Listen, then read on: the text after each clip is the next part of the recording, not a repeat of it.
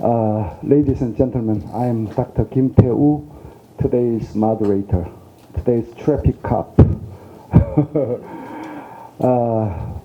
Well, by this time, in June, many South Koreans are immersed in thought of a grueling memory of a 3-year war some 70 years ago. And after that, we experienced so many miracles. President Truman immediately decided to take part in the Korean War. It was a miracle. It cannot be explained by containment policy alone. President Truman wanted to safeguard the most Christian country in Asia. So after that, there was another miracle. South Korea became number 7, 8 economic power in the world. It was a miracle made by President Park Chung-hee under the security shield of alliance. From the beginning, a smallest, poorest country in the world and a strongest country in the world. Alliance between two countries was a miracle. So I think this miracle should continue because South Korea is on the crossroad. We are threatened by the continent and North Korean nuclear power. And without this alliance, probably we cannot sustain any longer. That's why we understand why we have a great deal of fever, enthusiasm toward the South Korean independent bomb. So this is why the Washington Declaration a few weeks ago was really a significant event. So today we have a very special guest of honor, Dr. Scott Snyder. Personally, we know each other for decades, but he is a really Korea specialist. He's now working in CFR in Washington, D.C., and he's director of a Korea policy program. He has been to North Korea more than 10 times. He knows North Korea and South Korea. He monthly report on Korean situation and disperse that report globally, So today we expect very keen and valuable opinion from Dr. Snyder. Before giving microphone to him, I will begin today's roundtable, by asking KIMA President General Kim Hyung-chul for opening remarks. General Kim, please. Thank you, sir. Good morning, ladies and gentlemen. My name is Hyung-chul Kim, the President of the KIMA. First of all, on behalf of the members of KIMA, I sincerely welcome Dr. Snyder visiting to KIMA. Actually, he arrived in Seoul last night, so this is the first day of his visit. Today's roundtable discussion with Dr. Snyder, the top U.S. expert on Korean issues, would be very timely, in line with the Washington Declaration adopted at LAG U.S. Summit in last April. As North Korea's nuclear missiles have advanced, various demands have erupted in South Korea, including its own nuclear development, sharing of nuclear weapons between Korea and the U.S., and South Korea's potential nuclear development capabilities. In the meantime, the LAG U.S. Summit in April agreed to establish nuclear consultative groups to strengthen the expanded deterrence, and the LAG U.S. will expand responsibilities and mutual cooperation as allied countries. The Yoon administration then announced a national security strategy that seeks active peace by force, away from passive and dependent security, such as the declaration of the end of the war or the conclusion of a peace treaty. While firmly implementing extended deterrence to respond to North Korea's nuclear threat, I believe that a new preparation beyond the extended deterrence should not be neglected in the 70th anniversary of LAG-US alliance. I hope today's roundtable discussion would be an opportunity to discuss the alliance vision to respond to North Korea's nuclear missiles and contribute to regional and world peace. Looking forward to strengthen ties and cooperation between the Council on Foreign Relations, where Dr. Snyder works, and the Korea Institute for Military Affairs. I once again would like to thank Dr. Snyder for your visit to KIMA. Thank you.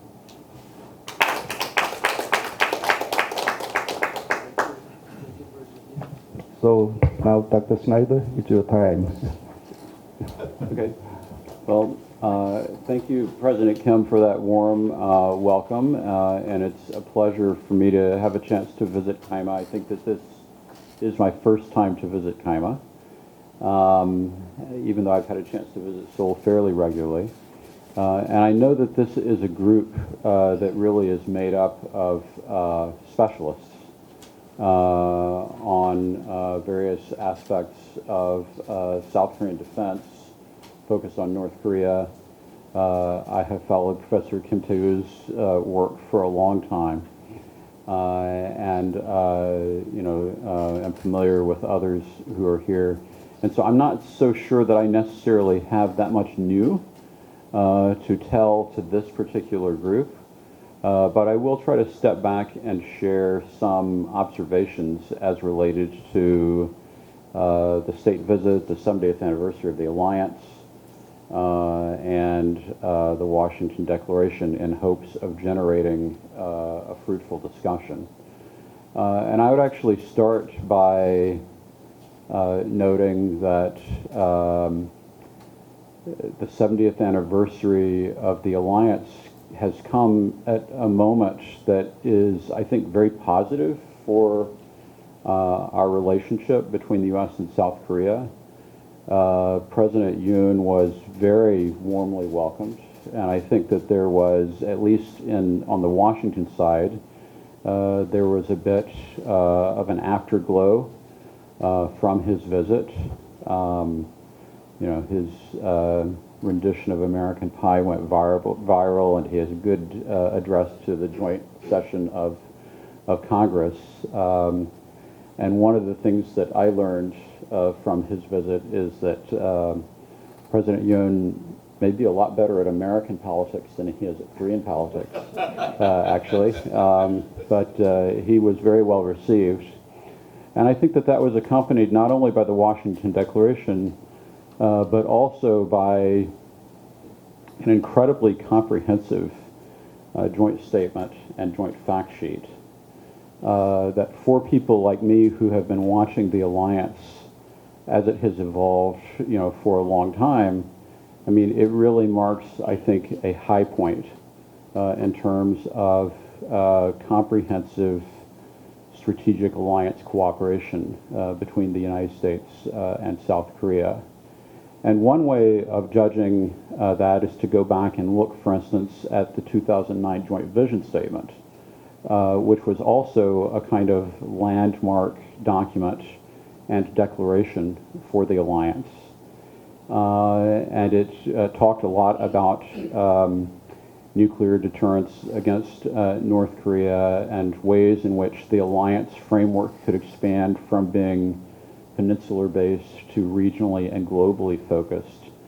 And that seemed idealistic but feasible at the time, but I think that it's become incredibly relevant and has actually been acted upon in some incredibly positive ways. And so one of the things that I noticed in the joint statement and the joint declaration was that just within the past 3 years, there are over a dozen new intergovernmental dialogues that are going on between our two countries, focused on a wide range of issues, from space to international development to public health.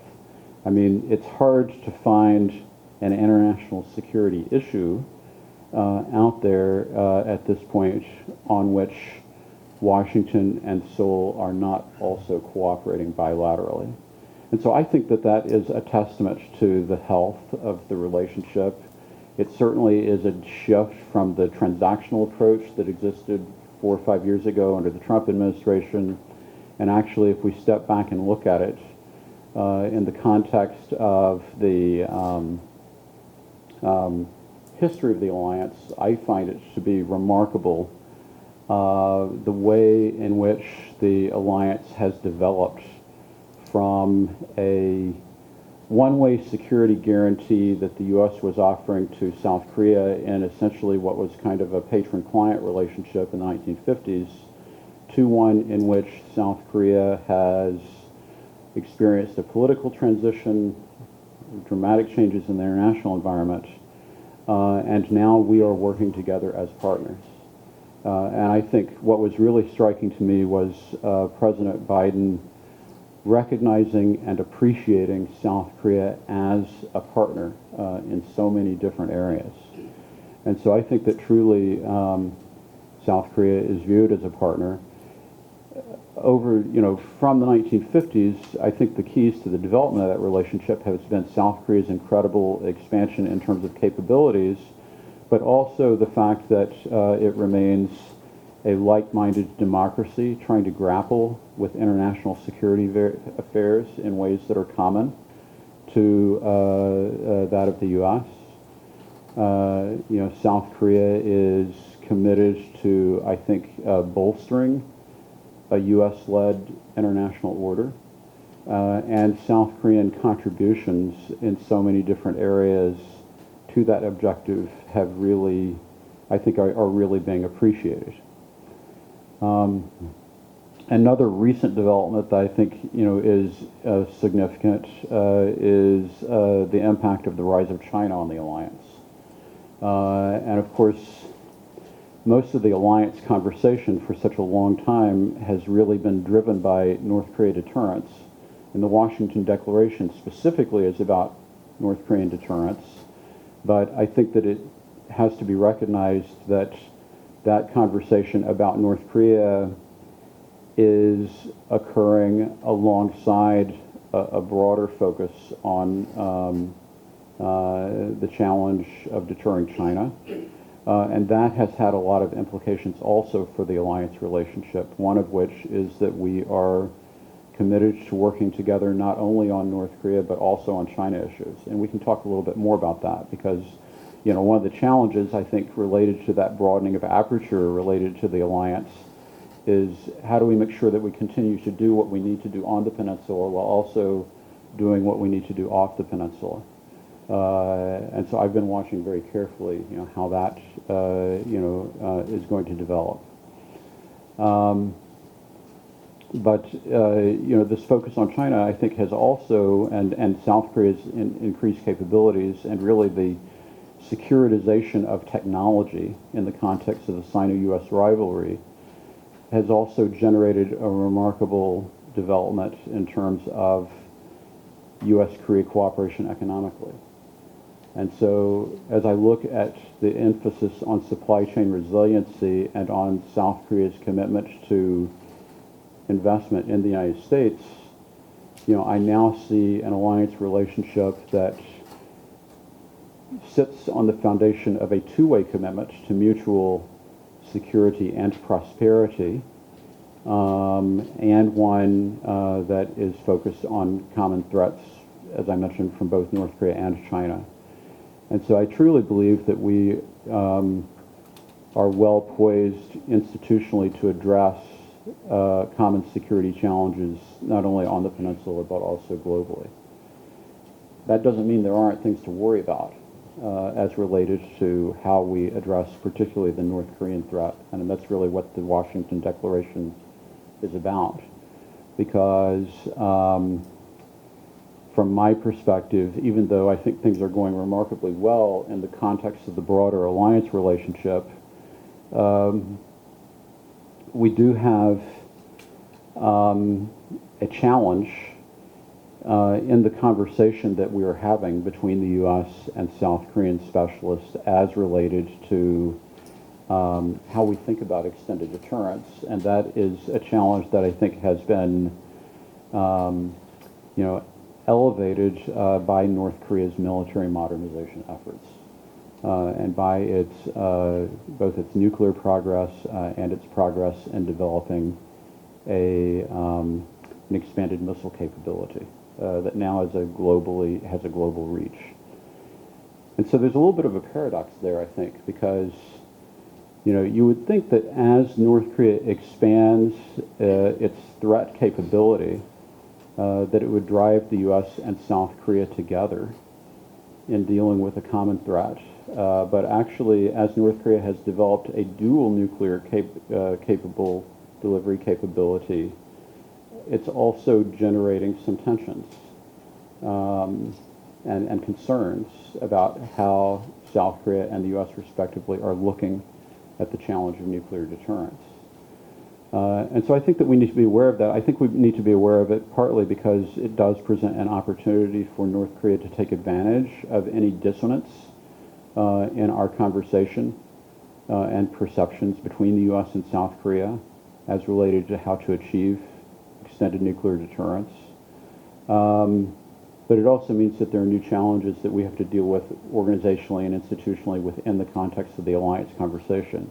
And I would say that the big, broad issue that we're really grappling with is that the United States naturally continues to look at the issue of extended deterrence from a global perspective and is looking at it from the perspective of its own experiences during the Cold War with the Soviet Union and following the Cold War.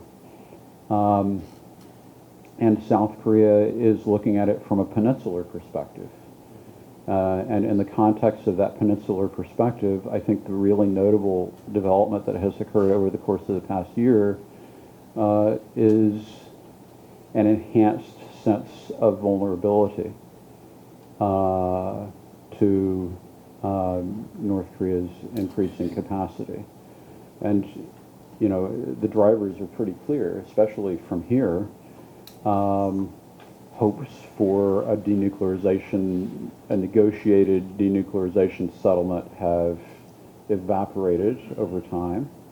And now it's pretty much universally viewed that negotiations will not lead to denuclearization. North Korea has completely rejected that premise.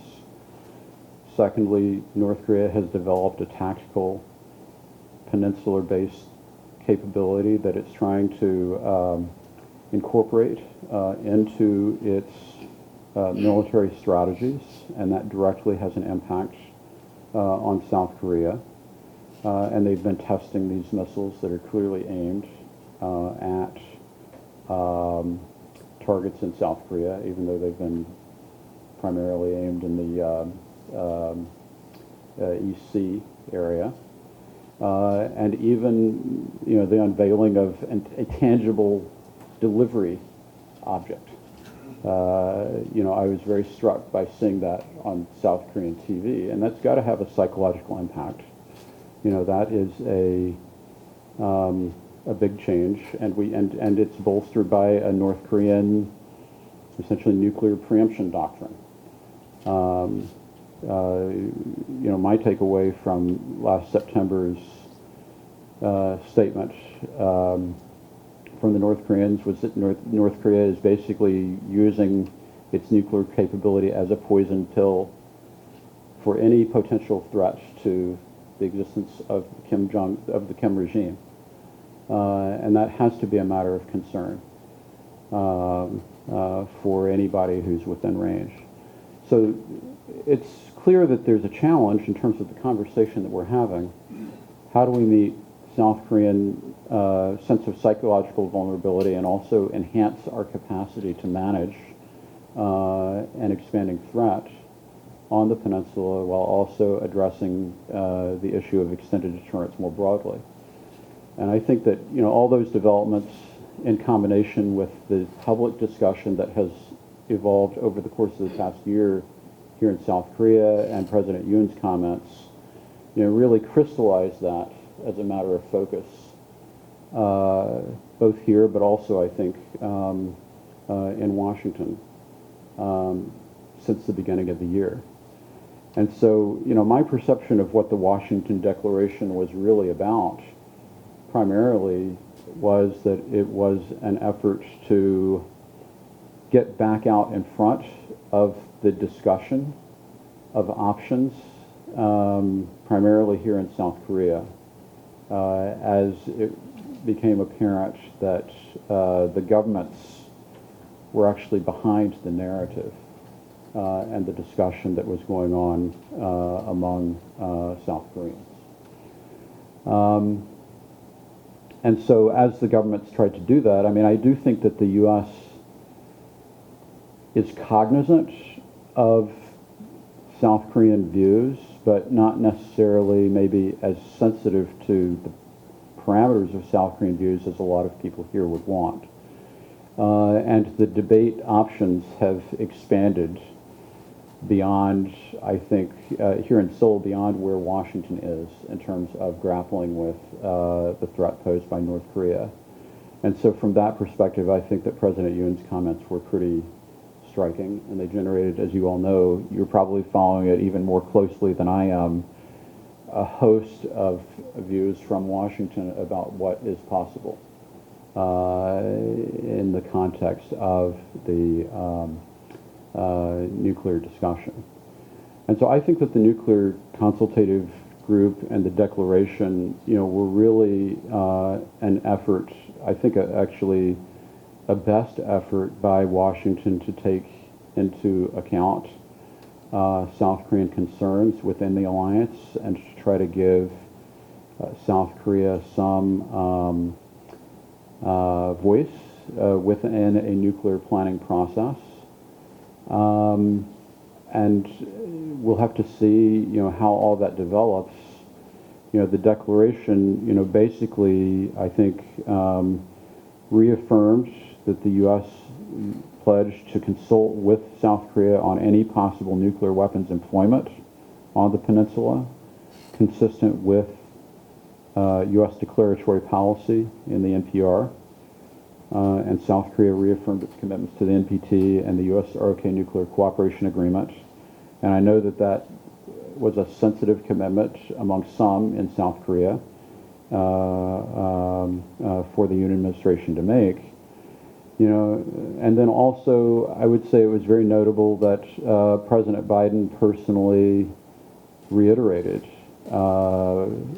what was in the NPR as regards to the risks to North Korea of nuclear use. And so those were pretty, I think, significant. But, the Washington Declaration, it was driven by the fact that the summit was going to occur. It was an attempt to get ahead of this debate again. And it doesn't yet tell us what is going to actually happen. And so I think that that's what I'm watching. That's what I presume you all are watching. It's related to the question of what actually is the nuclear consultative group going to consist of. The Washington Declaration doesn't necessarily tell us in bureaucratic terms and institutional terms precisely what this group is going to be doing and how it relates to the other elements of the extended deterrence process as it has developed over time. And so we need to understand who's going to be running that group, at what level. Is it going to be a whole of government approach, or is it going to be primarily between the defense departments, M&D and Pentagon? So we're going to be waiting to see what that looks like. And basically what I did was to list in my talking points some of the challenges that I see that remain to be worked out. And so in that respect, I think that the Washington Declaration actually ends up being more like the beginning of a conversation rather than a declaration that necessarily settles some of the issues that it addresses. And so, one of the issues there is clearly bureaucratically, what is it, how will it be organized? And my impression is that those issues are not yet settled. Waiting to see whether it's really going to be run from the M&D here or from the Blue House, and what that would look like on the U.S. side. Another question, I think, related to the Washington Declaration is durability. Can it survive political transition? And of course, that's a question that we're not going to be able to answer until there's a political transition. But as we think about institutionalization, we also need to think about reversibility. And I would say that especially, well, in both countries, but I'm just going to talk about South Korea right now. A number of the initiatives that the Yoon administration has taken as related to foreign policy, I observe as an outside observer that they are all contested politically within South Korea. And so it's natural to wonder, well, will this commitment survive the end of the Yoon administration into a new administration, or will it be challenged? And so that relates to the question of what are the institutional mechanisms that are being developed that can provide a sense of irreversibility to the process. And frankly, it's an issue with the NCG, I think, but even more clearly, I would say that the object lesson for South Korea is related to contested views on relations between South Korea and Japan, and whether or not the Yoon administration is able to generate a sense of irreversibility in the context of the Japan-South Korea relationship. On the U.S. side, I think that what that looks like is President Biden has been going around the world talking to various leaders and telling them after the end of the Trump administration, we're back. And he personally has said that the responses that he's getting from international leaders are, yes, we see that you're back, but for how long are you back? And that's really related to U.S. domestic politics, and we don't know what will happen next year in 2024, or even necessarily who is going to be running. Although right now it looks like it'll be a repeat with Trump and Biden. Another question that I think is related to the NCG is connected to the question of, we've got this Washington Declaration, which is a bilateral process, but there have also been recommendations as related to the possibility of a multilateral nuclear planning process in Asia that might include Japan. I think President Yoon himself has even mentioned this. And I think that we have to wait and see how this develops, but I think that a large part of what a nuclear planning process looks like multilaterally in Asia is going to depend on what is the main focus. Is it about North Korea, or is it about China? Would Australia be involved in some way? Some think tanks have issued reports suggesting that Australia could also be involved in a multilateral planning group. But I think that it's pretty clear that in the context of the U.S.-ROK bilateral relationship, there is a lot that needs to be discussed before we think about opening up multilaterally. The other aspect of the NCG and the debate, well, another, I think, aspect of the Washington Declaration that I focused on personally very closely was how it was received in South Korea. And I would say that the initial response in South Korea was pretty mixed. And I think that historically, the United States has traditionally framed its thinking about South Korean nuclear acquisition and about continuing the alliance as diametrically opposed issues. A lot of that really stems from history. It stems from the 1970s and the decision by President Park Chung-hee not to continue to pursue a covert nuclear program under great pressure from the United States. And I would say that the legacy of that still has a shadow on the discussion in the U.S., but also we have laws about a response to efforts to leave the NPT, including the Glenn Amendment, which basically would generate sanctions against any country that decided to pursue its own independent nuclear program. So there's a lot of issues around that, and I know that there is a discussion that has opened up among academics about whether or not that diametrically opposed view is sufficient for us to deal with current security threats, but it's a very nascent discussion. And I think that it's going to take some time to see how that develops. Another thing that I watched as related to the Washington Declaration was really connected to North Korea's response. And actually my perception, ironically, was that North Korea seemed to consider the Washington Declaration as a more credible signal than maybe some in South Korea did, because, you know, Kim Yo-jong responded to it. And she responded to it in a very strident way that suggested that she was taking it very seriously. But, you know, the other challenge I think related to North Korea's response is really their ongoing militarization program. And, you know, if we see the same kinds of developments in 2023 and 24 in terms of North Korean advances that we've seen in recent years with North Korea's tactical missile testing and continued advances in its capabilities, you know, that is definitely a factor that could render the nuclear consultative group framework as being perceived as insufficient to meet the challenge that North Korea is posing. And then we also have the question of, okay, Washington, Declaration and NCG, but the other tangible deliverable was, well, there was going to be a submarine visit to the peninsula, and that got a lot of media attention in the United States, because I think that it's the first time that that has happened in decades.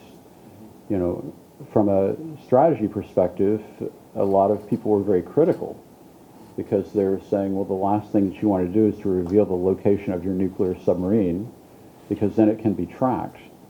And so it actually pits the objective of assurance versus the objective of deterrence to some degree, and in some complicated ways. And so, you know, that's interesting, but I think that the more interesting question is really that the Washington Declaration and some of the other preparations that have been going on, announced at the SCM, tabletop exercises, etc., they do show that there is an effort by Washington to respond to South Korean concerns about the visibility and sustainability of a nuclear deterrent effort. But, you know, will the efforts to show U.S. commitment to deterrence be sufficient? And if they're not sufficient, then what next? And I know that there's some ideas around the table about that. I'm not sure that the discussion in Washington is as developed on the question of what next. And then I would actually argue that the big question for the future, and really the big question for any possible aspirations for South Korea to attain its own independent nuclear capability, in my view, it really hinges on the survival of the NPT. And I would say that the moment the NPT completely collapses and loses its credibility, that's the moment where there's really very little that can be, there are very few arguments that can be made in opposition to the possibility of South Korea not going nuclear, given the security environment. But I think that as long as the NPT is in place, there's going to, that represents a pretty considerable constraint on that prospect. And here we have to recognize that the NPT is under duress. It's under duress from North Korea's efforts, and I think that the U.S. continues to put forward a framework that is designed to contain and isolate North Korea rather than to accept North Korea as a nuclear state. But it's also occurring against the backdrop of Russian use of nuclear threats in order to try to deter Western allies from supporting military operations in Ukraine. And I would say personally that the verdict is still out in terms of what the impacts are, but it's clear that all parties are watching closely and are thinking about what the lessons might be and what the implications might be, possibly of the collapse of the NPT. So I'll just say that in conclusion, I think the big challenge is related to extended deterrence, and this debate over what South Korea needs or what the U.S. needs. It really, in some ways, it is a debate that revolves around two propositions that are contending with each other, but that are equally unprovable. And that is that the U.S. has made a commitment to defend South Korea against a nuclear attack by any adversary. But one of the vulnerabilities and arguments that the U.S. puts forward for the credibility of its extended deterrence is that, thankfully, it cannot prove that commitment to defend a country against the nuclear prospect of nuclear use is provable. We haven't done that with any country, and so it does mean that there's a little bit of an element of faith involved. And then I would say that the other premise that is unproven is related to questions related to regional balance. And we do have, one active case study in India and Pakistan where extended deterrence, mutual extended deterrence, has gone regional, and that's the India-Pakistan case. But we don't yet have a body of evidence sufficient, in my view, to make a determination as to whether India and Pakistan are stable because they have a nuclear balance, or whether India and Pakistan may yet prove to be unstable. And so I think that presents a real problem for those who, are arguing actually on either side of the South Korean issue about nuclear acquisition. Right? On the one hand, some might propose, not to point any fingers, but some people like Professor Kim might propose, parity is going to be more stable, right? And I think there is a logic to that. It's just an unprovable logic. And on the U.S. side, people are going to say, the extended deterrence commitments, should be more stable and should be sufficient to grapple with the Peninsular Theater. Well, those who make that argument also cannot prove the validity of their argument. So we're in a very, I think, complicated environment in that regard. And so I just want to conclude with that observation. I hope I've put enough on the table to stimulate a lot of discussion. And I hope that I've shared enough to give a sense of what kind of debate has been generated in Washington as related to this set of issues. So let me stop there. Well, thank you very much. Okay, first discussion, let me invite Professor Dr. He Nam-sung, who the former professor of Korea National Defense University. Please, yes, go ahead. Please make comment very brief and short because we don't have enough time. Anyway, okay, thank you, Dr. Kim Tae-woo, and thank you for the presentation, Dr. Scott Snyder. Instead of raising some questions about your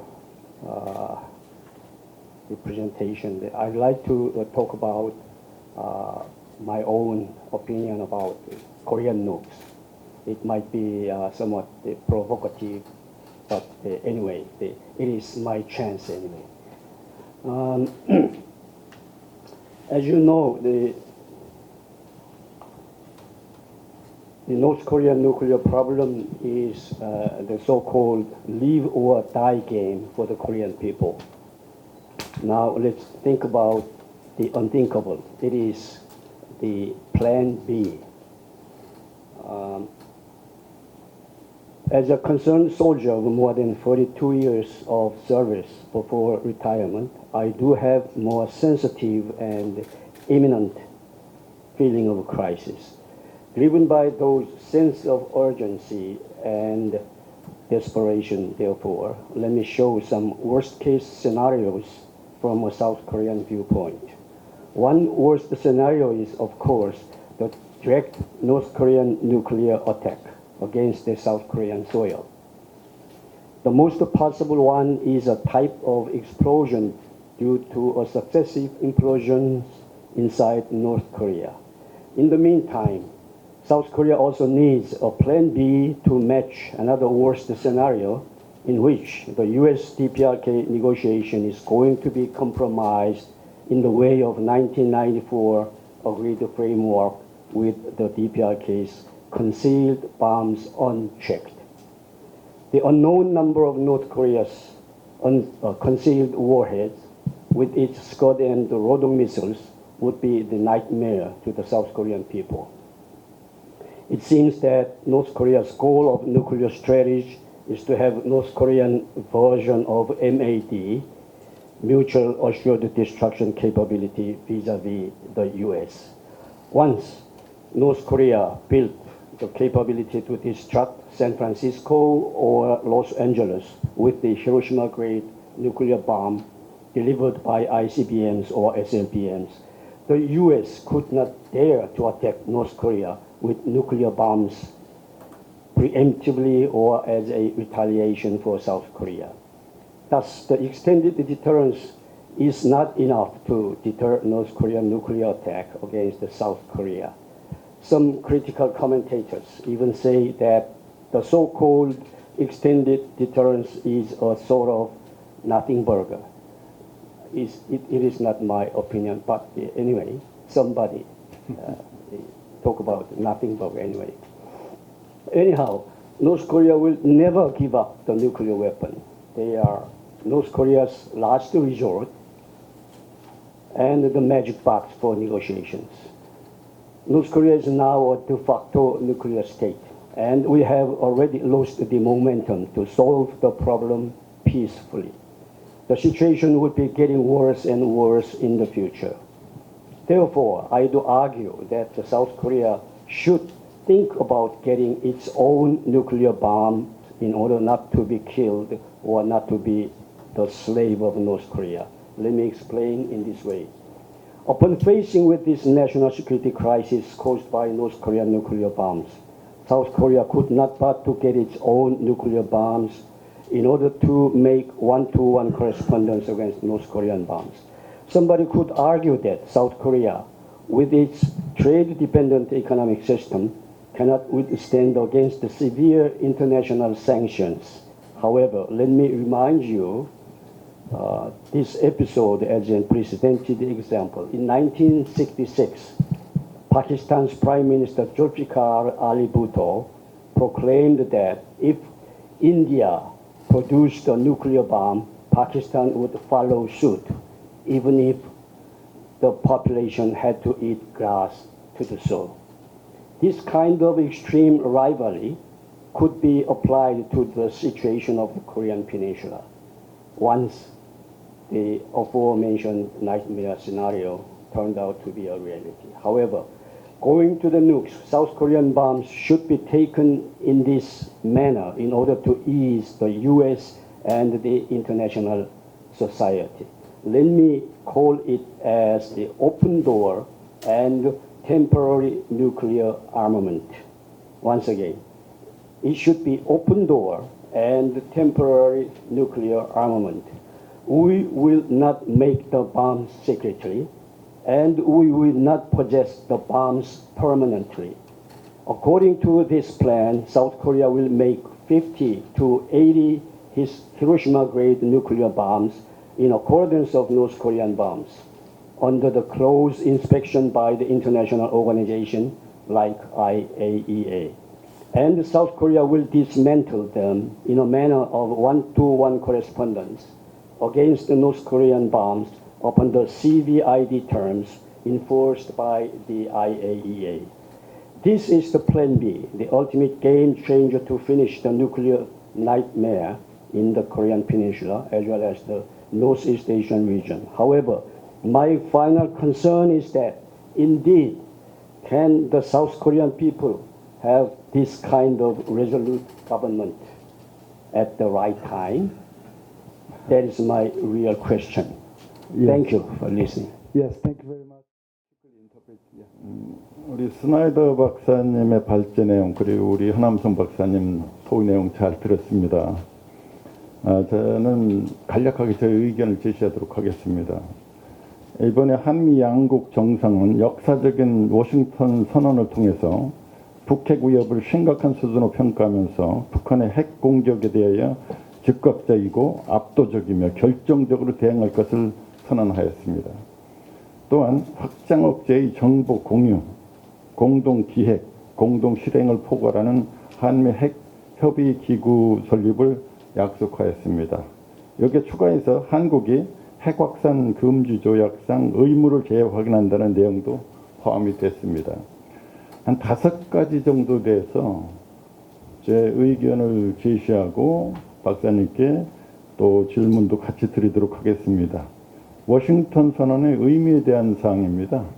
사실 1953년 7월 정전협정이 체결되면서 참전 16개국이 대제재 선언, 즉 워싱턴 공동선언을 채택한 바가 있습니다. 그 이후에 이번에 워싱턴 선언을 채택한 것은 아주 의미 있고 역사적인 그런 일이라고 이렇게 생각을 합니다. 우리 정부에서는 워싱턴 선언을 제2의 한미 상호 방위 조약이라고까지 이렇게 긍정적으로 평가를 하고 있습니다. 그러나 일부 언론에서는 워싱턴 선언이 한미 동맹이 아닌 한미 불신의 결과가 아닌가 이렇게까지 혹평을 하고 있는데, 우리 박사님은 아까도 좀 일부 언급을 하셨는데 워싱턴 선언의 의미에 대해서 진정한 의미, 미 측에서 먼저 제안을 한 걸로 저는 이렇게 인식을 하고 있는데 여기에 대한 견해를 부탁드립니다. 두 번째는 핵 협의 기구 설립에 대한 의미를 한번 봐야 되지 않겠는가. 이번 워싱턴 선언의 핵심 내용은 이 핵 협의 기구, 즉 NCG의 설립 내용이 포함되어 있는 것입니다. 그래서 지금까지 한미 양국은 맞춤형 억제 전략이라든가 확장 억제 전략을 구현하기 위해서 여러 가지 다각적인 협의 기구도 만들었고 운용해 왔고 부침이 많이 있었습니다. 이번에 이제 핵 협의 기구는 나토의 핵 기획 그룹을 벤치마킹 했다고 그러는데 여기에 용어가 컨설테이티브와 플래닝, 이것이 어떤 의미를 갖는지 우리가 눈여겨봐야 되지 않겠는가. 그래서 핵 협의, 즉 컨설테이션이라는 어떤 용어가 우리가 어떻게 받아들여야 될 것인지를 포함해서 핵 협의 기구의 어떤 실질적인 의미 그리고 효과가 어떤 것인가. 사실 한미 간에는 지금 고위급 확장 억제 전략 협의체, 즉 EDC, SCG 같은 것도 지금 운영하고 있는데 이런 것들과는 중복되는 것은 아니냐, 어떤 차이점이 있느냐, 이런 어떤 의구심이 들고, 또 아까 박사님 말씀하셨듯이 양자 협의 기구라고 이렇게 말씀하셨는데 사실은 인도태평양 지역에는 쿼드도 있고 또 우리는 거긴 포함돼도 안 돼 있는데 호주 같은 데는 핵 잠수함도 이렇게 허용을 해주고 있고, 그래서 이 핵 협의 그룹이 양자가 아니라 다자 협력 기구로 발전할 가능성이 굉장히 높지 않는가, 저는 그런 생각을 한번 해봅니다. 여기에 대한 박사님의 의견을 부탁드리고, 세 번째는 핵 협의 그룹을 나토의 핵 기획 그룹과 비교해 봤을 때 나토의 핵 기획 그룹은 나토의 핵 기획 그룹과 같은 거냐, 다른 거냐, 차이가 있다면 뭐가 차이가 있느냐. 우리 윤 대통령께서는 더욱 실효적이라고 말씀하셨는데 과연 정말 더욱 실효적인 것인지 핵미국 운용에 대한 정보 공유, 공동기획, 공동실행을 이렇게 해나간다는 문서적인 용어는 있는데 과연 그 정도가 핵 공유 외에 또 추가적으로 이렇게 나토와 같이 될 수 있을 것인지 하는 것이 저는 좀 의심이 갑니다. 그래서 나토의 NPG 같은 경우는 핵 운용이라든지 핵 운용 계획, 의사결정, 핵사용시 운반 대책, 핵무기 관리 등에 대해서 배치되는 5개국에서 협의해서 결정하는데 저희들은 이 NCG가 과연 어떻게 운용될 것인가. 그리고 특히 우리나라에는 전술핵이 배치되어 있지 않거든요. 이번 워싱턴 선언하면서도 미국에서는 정확히 선을 긋습니다. 전술핵 재배치는 없다. 그렇다면은 전술핵이 배치되지 않은 상태에서 또 저희들은 핵 개발에 대한 그 핵 확산 금지 조약을 준수하면서 핵잠수함 개발도 못하고 전략 자산을 상시 배치 수준에서 합의했다 하더라도 이 핵 협의 기구의 그 효과 실효성에 대해서는 우리가 좀 더 생각해 볼 필요가 있지 않을까 이런 생각을 합니다. 네 번째로는 핵전 상황에서 연합작전 계획을 지금 발전시키고 있습니다. 5027을. 그렇다면은 한미 공동 이런 것에 대한 신뢰성이 좀 부족하다면은 한미 공동 북핵 대비 계획 내지는 북핵 대응 계획을 별책 부로석으로 발전시킬 필요성은 없을 것인지에 대한 의견을 제시해 봅니다. 2015년 11월 달에 한미 연례 안보 협의 회의에서 한국의 한민구 장관과 미국의 카터 장관이 4D 작전 계획 개념에 대해서 합의를 했습니다.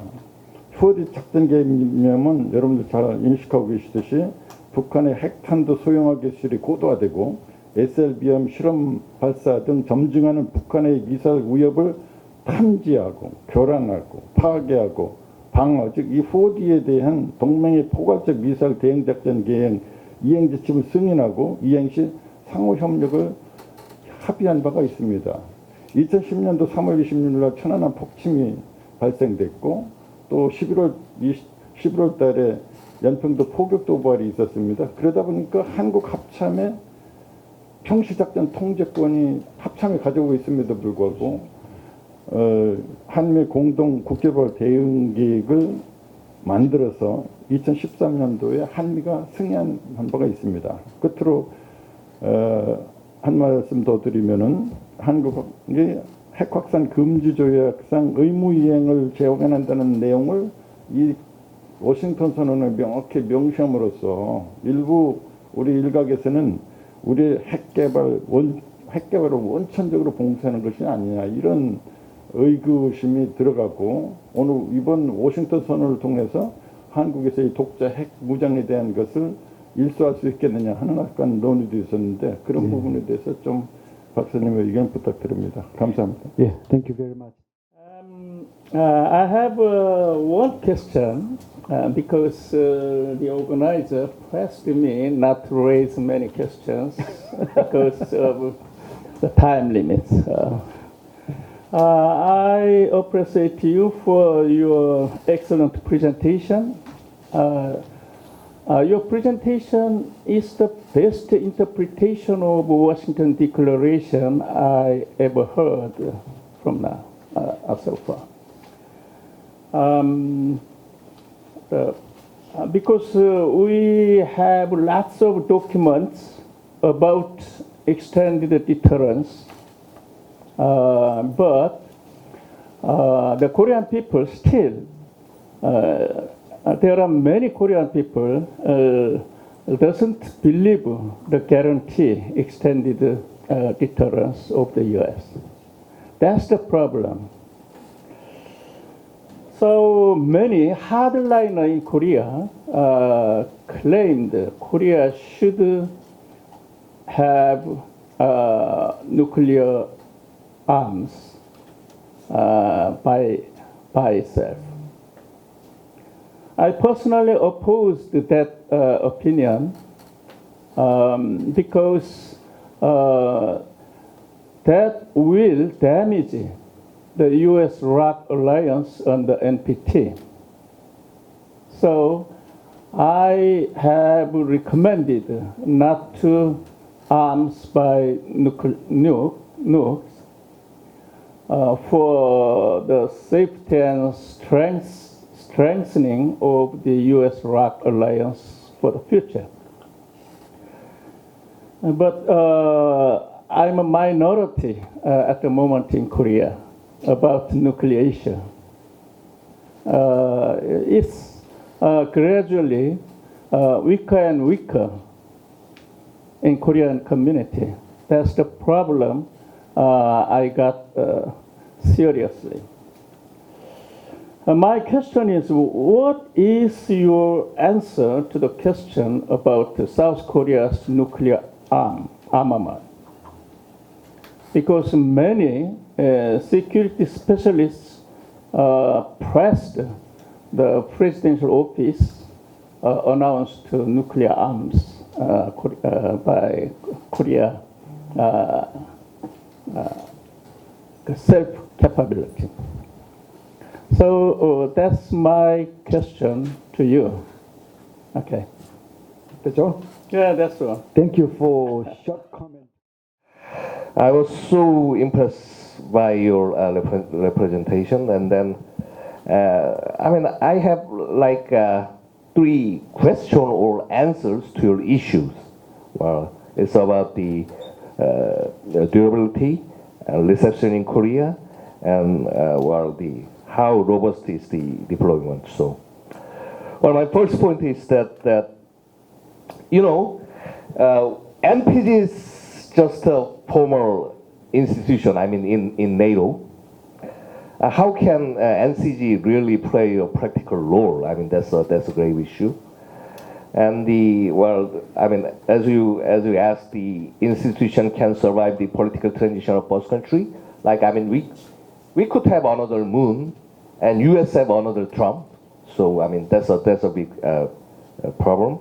And I mean, to be frank with you, I mean, even the EDSCG is not well received. I mean, when we were really when we are trying to start it all over again in last year. The thing is that for the Washington Declaration to be institutionalized, I mean, we should have a lot of meetings, and I mean regular meeting as SCM, and then the official exchange of official papers or even memorandum. If it can be, if you can make it as a legislation, I mean, that would be great, but I mean, it's not that easy. So I mean, that's the one problem I have, and then the next one is that the reception in Korea. The thing is that it seems like the U.S. is more focused on South Korean denuclearization than the North Korean denuclearization. Yeah. But with the Washington Declaration, the Korean public feel a little bit more safer. But the desire for domestic nuclear development is not gone. The thing is that when they found out that this, the nuclear deterrence capacity is not enough to, deter any North Korean threat, then I mean the public opinion can turn. So well, that raised the last issue. Well, I mean, how robust is the deployment? Well, I think it's not robust. The thing is that I mean, in the 54th SCM, we said that, I mean, any sign of use of tactical nuclear weapon result in the end of Kim regime, right?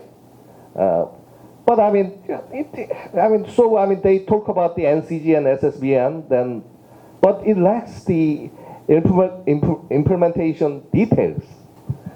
The things like this. I mean, if you want to, erase the regime, I mean, you should have the capacity to strike the North Korean regime while not, while minimizing the collateral damage to the South Korea. I mean, that's why the low-yield nuclear weapon came in.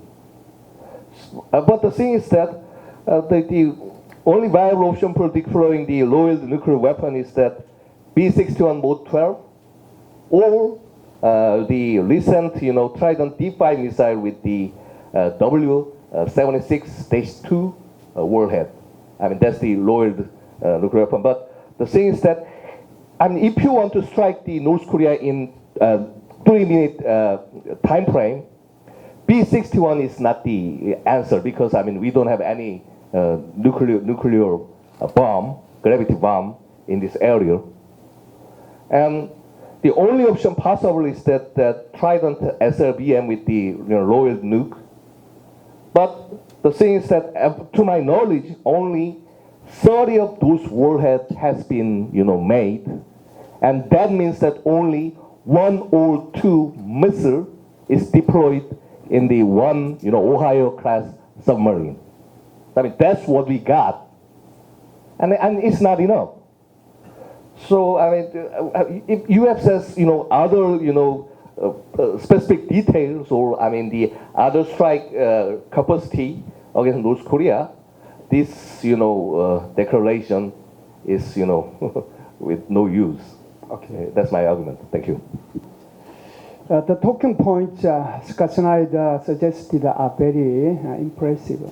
So I'd like to share my thoughts on the first talking point and hear your comments on my idea.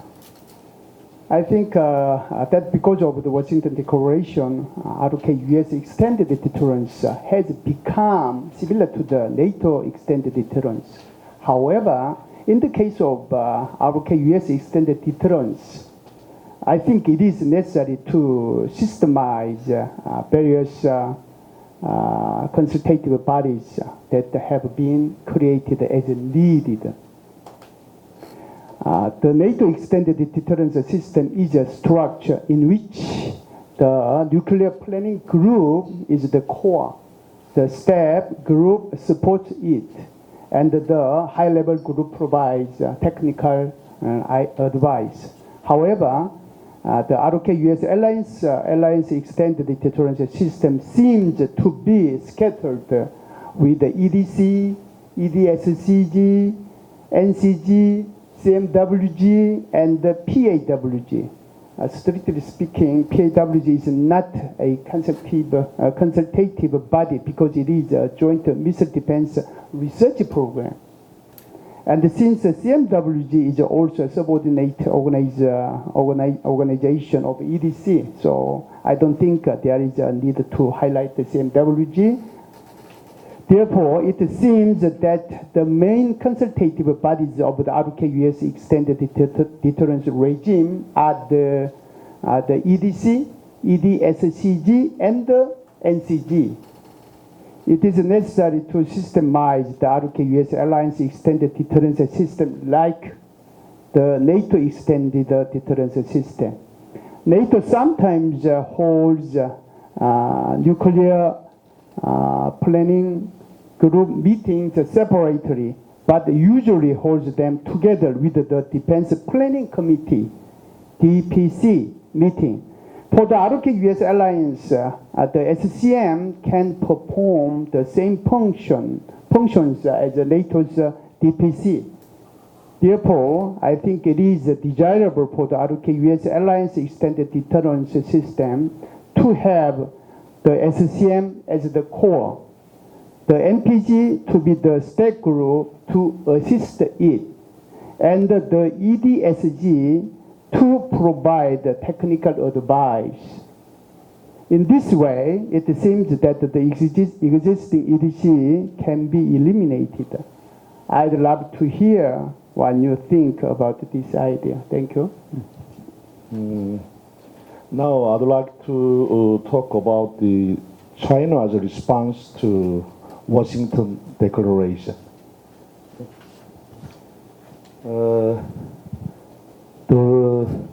value and meaning of Washington Declaration, which opened a new horizon for the Korea-U.S. alliance, are verified by China's sensitive response. The Chinese Foreign Ministry spokesman criticized South Korea and the United States for drawing up a Washington Declaration, saying, if any country or any military believes in power and harasses the weak or expends its aggression against the time, it will surely break its head and bleed. And China has stated on the Global Times warned that South Korea was going the wrong way, adding that the U.S. nuclear umbrella would bring only unrealistic and new risks.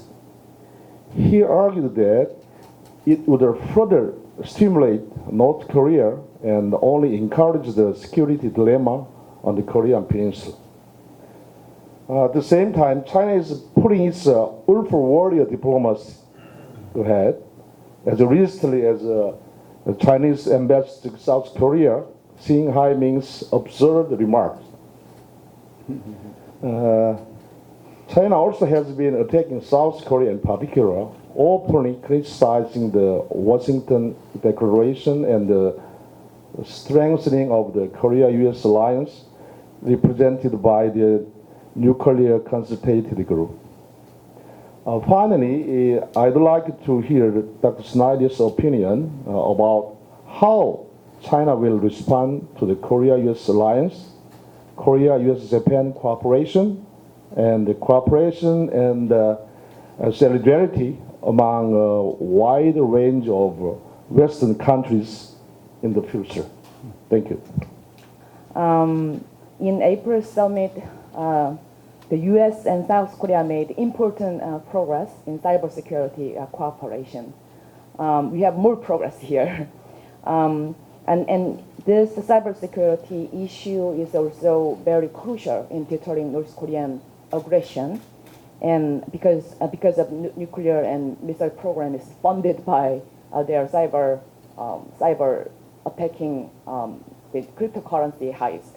And I would like to emphasize the meanings of a strategic cybersecurity cooperation framework that two leaders announced during this summit in April.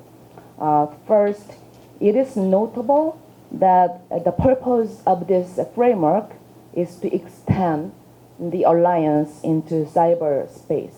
This means our mutual defense treaty would apply to a cyberspace that we have a lot of work to do.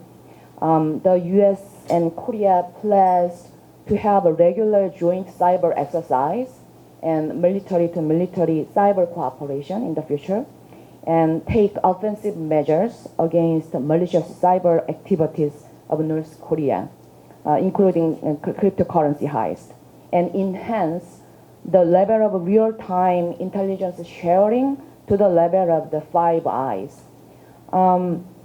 Because digital money like a cryptocurrency that North Korea store from virtual space directly support its nuclear and missile program, ironically, this action of North Korea has served as an occasion and actually created a sense of urgency between South Korea and the U.S. to speed up cyber cooperation. It is widely shared assessment that our past cyber security policies have been predominantly defense-oriented, which is not, of course, sufficient. It's not sufficient enough to counter rapidly intensifying cyber threats in terms of technical sophistication and the level of damage incurred. So we will see the effects of our new approach of our alliance in taking offensive cyber measures in deterring North Korean aggression. Actually, already prior to this summit, in October 2022, for the first time, our Cyber Operations Command joined US-led multinational cyber exercise called Cyber Flag. And the cyber commands from both countries agreed to have joint cyber military training in a regular basis in the future. In my opinion, this move is quite late, but still it's good and very significant because we are showing that we are on the same page with the US in addressing global cybersecurity threats, including North Korean cyber attack. Second, I would like to emphasize that this framework was not made overnight. Since, as I heard, since the end of last year, the National Security Councils from both countries' working group have met very frequently. There have been a series of bilateral meetings by both government, military, police, and intelligence communities, cybersecurity industries, and experts in this field. So I have two policy suggestions for our alliance. First, I would like to suggest that the US and South Korea, two governments, need to link our cooperation in cyber security to our Indo-Pacific strategy by taking joint initiative and common actions with mini and multilateral consultative bodies such as Quad and AUKUS and other groupings of like-minded countries in the Indo-Pacific area, as well as the EU and NATO. So US-ROK alliance can take a joint cyber cooperation, such like tackling cybercrime in the Indo-Pacific area with other countries. My second recommendation is I also want to suggest that in South Korea, two governments, we can establish a cybersecurity situation room or strategic communication center as an information hub for intelligence sharing, early warning, and various other cooperation against cyber threats in the Indo-Pacific region. Because two Koreas speak the same language with a little bit of a slight difference. South Korea can identify the rhetoric and propaganda of North Korea's cyber espionage. This cultural and linguistic similarity is our advantage that South Korea has over other countries and benefit our alliance cooperation in cybersecurity. Well, I actually want to start off by what I think everyone wants to say, but I was trying to be very, careful, but I'm just going to say it. So I think what South Koreans think about when they talk about the nuclear armament, I think it's because we're kind of tired of being held hostage by the North Korean situation and also by China. So basically, it also hinders political advancements, like domestically. We always talk about the North Korean threats because of their nuclear weapons and everything. So the political situation isn't really going anywhere, but we really want to move forward. And I guess that plan B is kind of like our way into, let's say, we don't want to talk about the peninsula, like the unified Korean anymore. We want to further our perspectives into the regional and the global issues. So that's out of the bag. I have three questions/suggestions. So the first thing is, I should have started with my introduction. I used to work in the intelligence community, and the final cases that I had to work with was information sharing, especially with the U.S. counterparts. The many issues or problems that I had was that when we were talking about information that we were both sharing, none would actually reveal their ultimate goals. So the thing is, there are many different ways to approach a problem or certain issues, and especially when the U.S. does not tell us what their ultimate goal is, it's really difficult for us to provide them with solutions, or like ways to acquire information that they really want. So my suggestion or question is, is it possible for the U.S. and the RK to really sit down, have a sit down, and have a true discussion, deep discussion about what the ultimate goals and the expectations of the alliance is, talking into the future, going into the future. The second question is kind of like in touch with the third. The second question that I had was about the durability of a commitment, which Dr. Snyder, you already have mentioned during your talks. But the third issue that I wanted to say was the commitment issue. Well, yes, the commitment issue in broad sense is always important in bilateral relationships. But what I really want to know was, what if one party, like if the US or Korea, were to take preemptive actions because we're so tired of these threats and because we want to have some kind of a breakthrough? What if US or Korea wanted to take actions in advance in regard to North Korea or China? Would the other support the other? Like if US were to take preemptive actions against China, would Korea, how strongly, how rigid should the alliance be for Korea to actually follow through? What are the expectations? And also, if Korea were to take actions against maybe North Korean threats, just threats, not physical, actually things like wars or battles happening, what would be the expected outcome or the position of U.S. supporting Korea's stance? I'm actually I'm actually asking you these questions because we had so many opportunities, windows of opportunities to dismantle the North Korean regime. But throughout the years, with the different political administrations, changing over time, both in U.S. and Korea, we lost all those windows of opportunities. And it's never the right time. And we're wondering, when is ever the right time to take action? So those were my questions. Thank you so much. What are the American public views on the strategic value of ROK?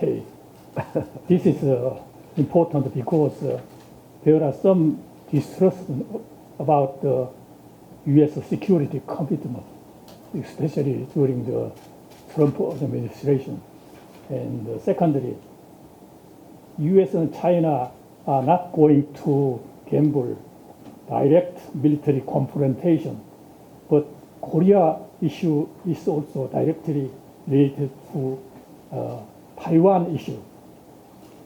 Do you think China will allow North Korea to escalate nuclear gamble continuously? Thank you. I would like to just something like slightly different, two short questions, because the lunchtime is coming near, as you know. The first question is as follows. As you know, North Korea has been developed nuclear bomb historically even since 1960s and practically or effectively since 1980s. In response to such an attempt of North Korea, local government and USA, in cooperation with the international society, has been diligently tried to deter or make them give up the development activities of North Korea in various ways during even more 30 years in the past. However, as we know, all kinds of trials to prevent the nuclear arming of North Korea totally failing. So, do you think what is the most essential reason of failure? If you choose just one in several various regions.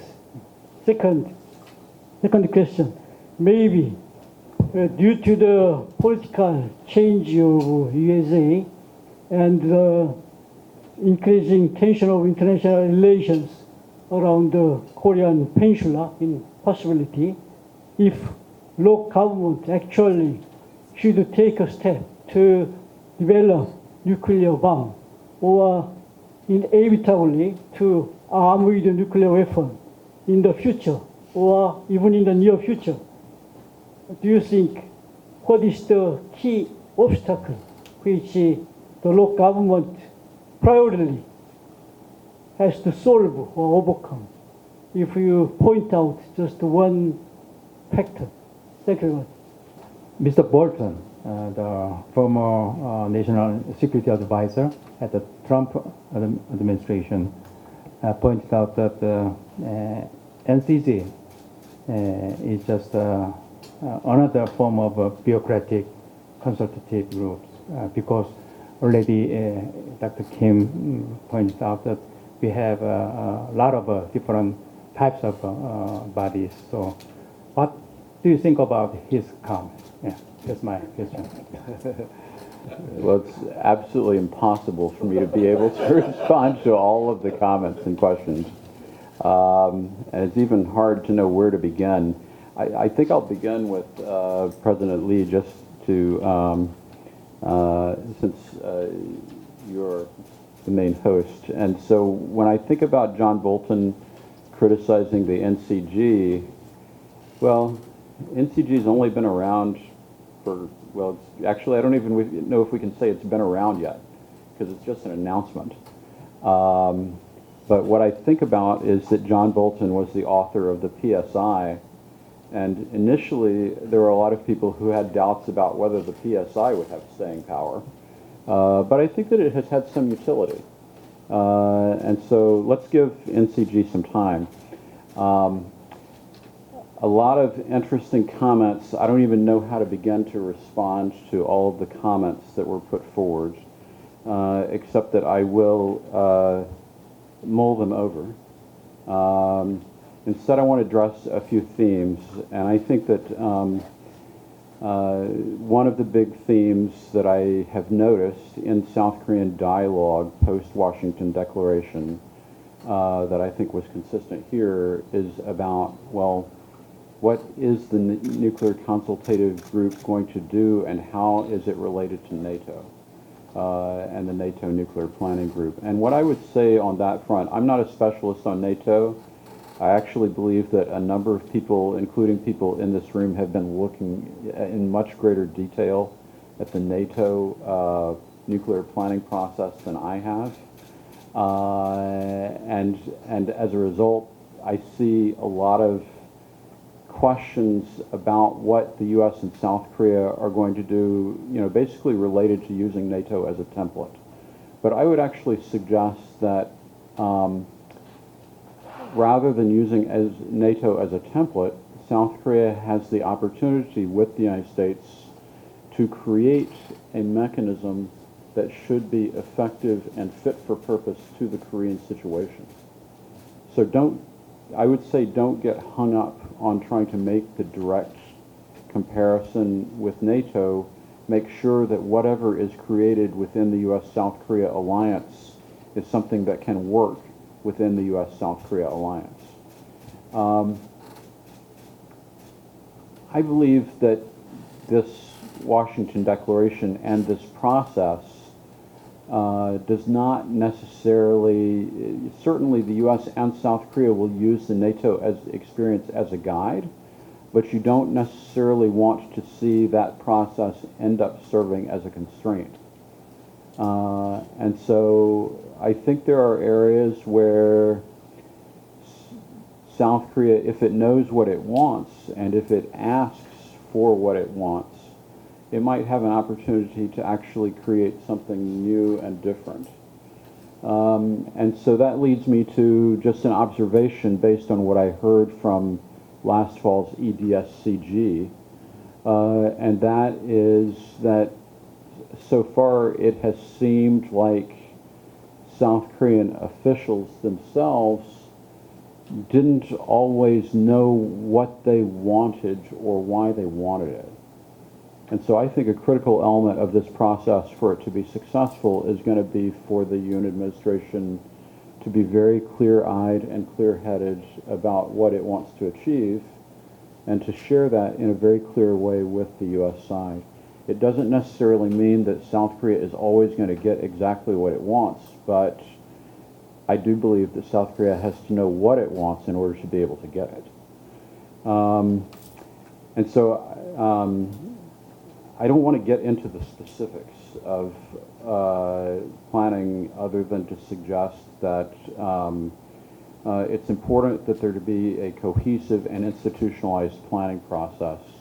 For me, the Washington Declaration and the NCG proposal really should be about addressing and creating a mechanism between the U.S. and South Korea that serves an equivalent function in the nuclear dimension to what we have through the CFC on the conventional side. And what that is a joint and combined planning process that is clearly prepared to execute based on a joint political decision of the leaders.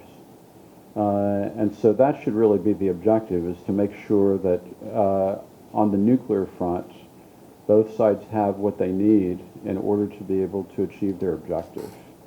And, you know, part of that, I think part of the establishment of the institutionalization of this type of process should serve several objectives.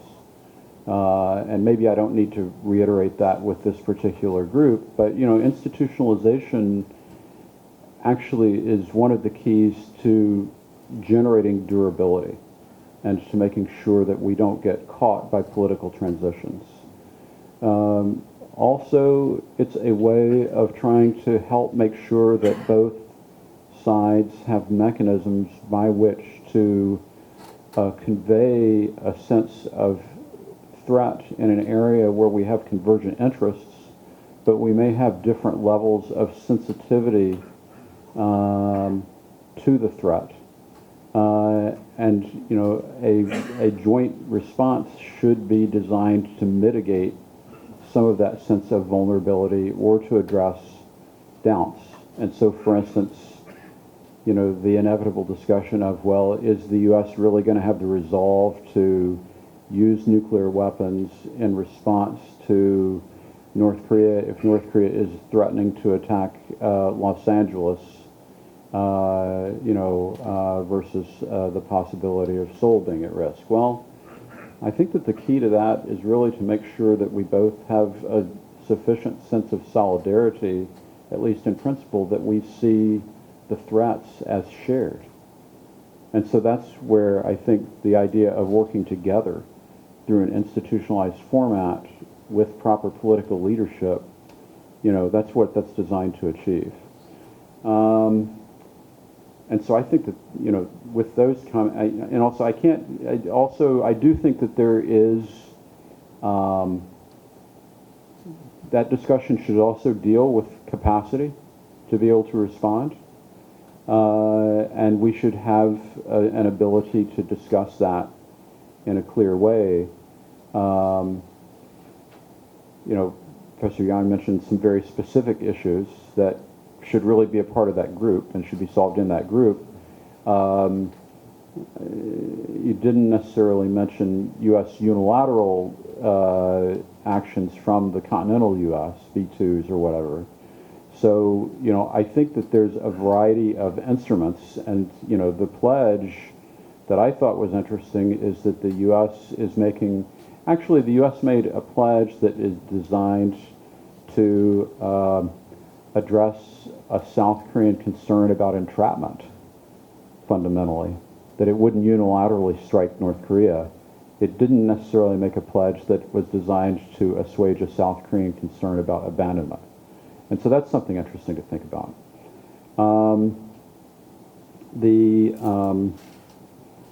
The South Korean pledge as related to the NPT, I know that's gotten a lot of attention here, and that people are viewing the U.S. as having really tied South Korea's hands.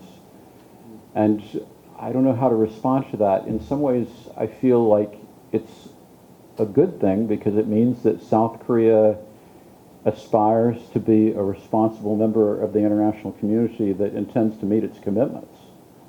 In contrast to North Korea, which, you know, clearly never felt that sort of constraint, even though it's a former NPC signatory. And I don't know, I mean, that's always a dilemma. To what extent is, in a way, North Korea gets its greatest leverage from the fact that it has succeeded in remaining unconstrained from fidelity to international norms. And our biggest challenge has been that has essentially meant that North Korea enjoys impunity, right? And that's really one of the things that we have to grapple with is how do we establish with North Korea an understanding that impunity is no longer operative. And, you know, I would say that is, you know, in some ways that is one of the biggest failures that the U.S. and South Korea have experienced over the course of the past several decades in dealing with North Korea. I'll just also say that on the issue of multilateralization of a nuclear planning process, I think as related to North Korea, we should just focus on the bilateral. And then maybe if there is a need, focusing on China as related to extended deterrence in the region can be separated from the issue of dealing with North Korea, at least for now. I appreciate what was said about cyber as a new area of cooperation. It's clear that the governments are focusing on that. It's very important. It's the one public area that we see operationalized where the U.S. and South Korea working together is actually achieving very specific denial operations, and it's pretty clear that it's overdue. So I thought that was very interesting.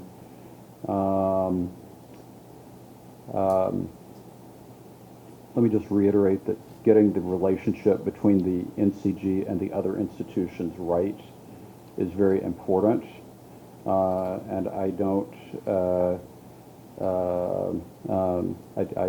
don't have any objection to the order of relationships that you put forward, but it also has to be dealt with in the context of is it interagency or is it defense?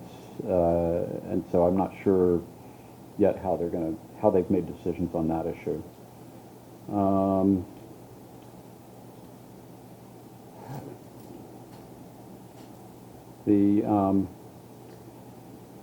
So the issue of China, and there's a very interesting question raised about Taiwan, and that has become, you know, an issue of active conversation these days in Washington.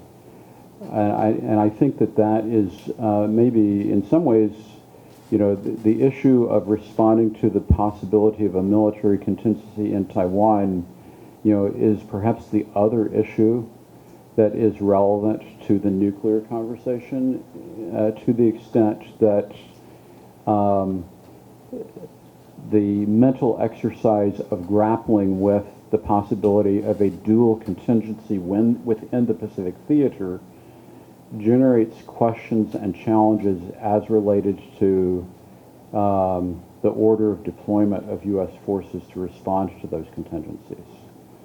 And so I actually think that discussion is perhaps the window of opportunity that also is related to a broader discussion about nuclear extended deterrence, and is one that South Korean analysts can usefully pursue. You know, in that context, it's interesting. There's not a debate yet, but I think there are two different models of thinking about what China might do in the context of a cross-strait contingency. One of the models is thinking about, in the event of a cross-strait contingency, what would North Korean opportunism look like? And of course, that is an approach that highlights the idea that North Korea might pursue opportunities regardless of China's approval. The other model is one that actually envisions that China would mandate or encourage North Korea to take some kind of military action as a diversion to lay the groundwork for some kind of offensive operation across straits. And I actually think that we're going to have to grapple with both of those in the context of the broader discussion.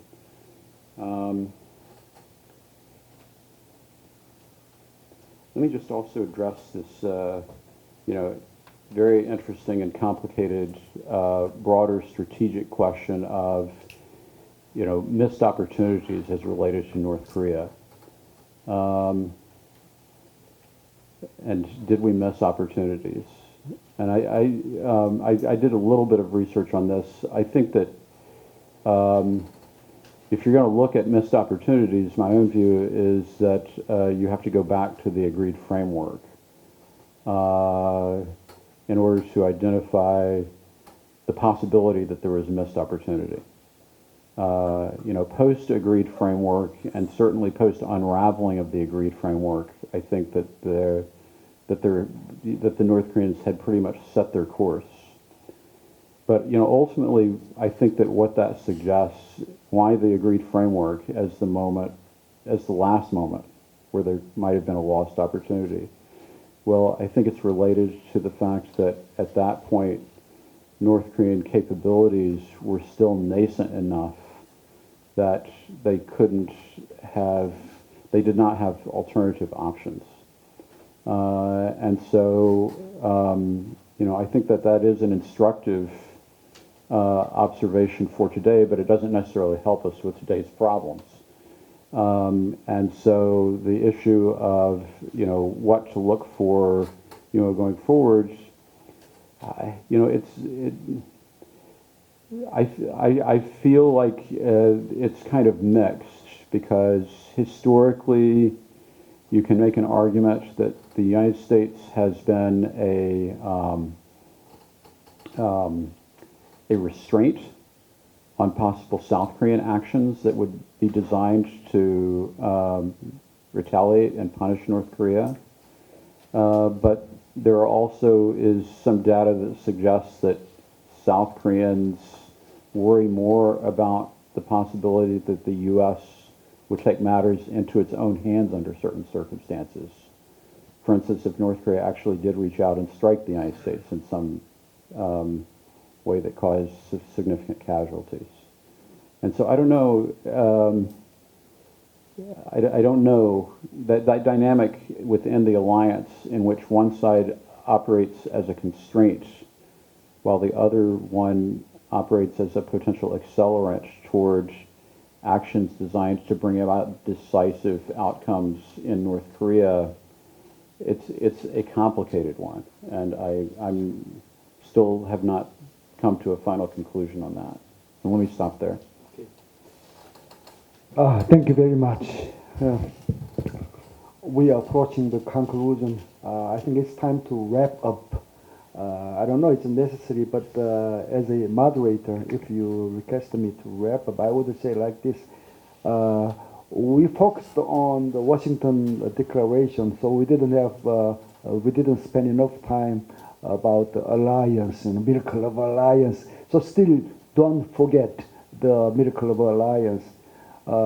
Think about that, so many American daughters and sons came here and they sacrificed their lives to save the country they never been, the people they never met, So it's a miracle. So next month we celebrate 70th anniversary of armistice.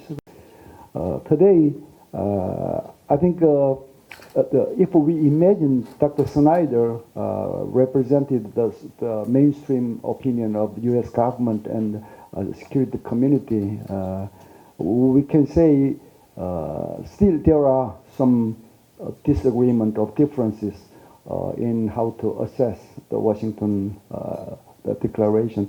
U.S. colleagues may say, oh, okay, it is not perfect, but still it enhanced, strengthened, extended deterrence, and improved the South Korean security. The South Koreans may say, okay, we achieved a lot, but still we have to achieve a lot more. You know, so subtle difference still exists. So we have to continue our dialogue between two sides. You know, and secondly, we can say his presentation and your comment all together identified some blind spots that may be existing or hidden in the Washington Declaration. So our community, security community, should pay attention to that also from now on. And the question of South Korean independence bomb or South Korea's nuclear self-reliance still remain as a hot potato. So personally, I think South Korea's going nuclear depends on two preconditions. First, continue the deterioration of nuclear insecurity, and second, U.S. consent. So without U.S. consent, if we go nuclear, we will lose a lot more than we acquire. So that's why we have to remain this as a future agenda, and we have to watch the situation of a nuclear development in North and situation or the changes of U.S. non-proliferation policies. You know, so let's take time. You know, and then finally we can say like this. At this moment, we should respect the Washington Declaration. So what we should do right now is how to improve the implementation capability of the extended deterrence within the framework of Washington Declaration. So we already discussed a lot of cyber things and SSBS and what kind of nuclear warhead, and so we should focus on that agenda, how to improve our nuclear security within the framework of the Washington Declaration. Do you agree? Okay, if you agree, please show me the sign of agreement. You know. Okay. Finally, I will give my microphone to President Kim, General Kim, for concluding remarks. Thank you all. Through today's roundtable discussion, many informative and diverse opinions have been changed much more than expected. I'd like to thank all those present, and in particular, I'd like to express my sincere appreciation to Dr. Snyder. Before we close today's discussion, I'd like to ask Dr. Snyder a favor. The KIMA conducts research on Korea's security issues, including LAC-US relations, and informs our research findings to the public through seminars, forums, magazines, and YouTube channels. However, there's a weakness of our institution that we don't have any right means to communicate these findings to security expertise and the citizens in the United States. So with this today's meeting, if Dr. Snyder creates a channel for KIMA to deliver its major research result to the U.S. experts, Korea's security and the LAC-US alliance will be further enhanced. That's all for today's meeting.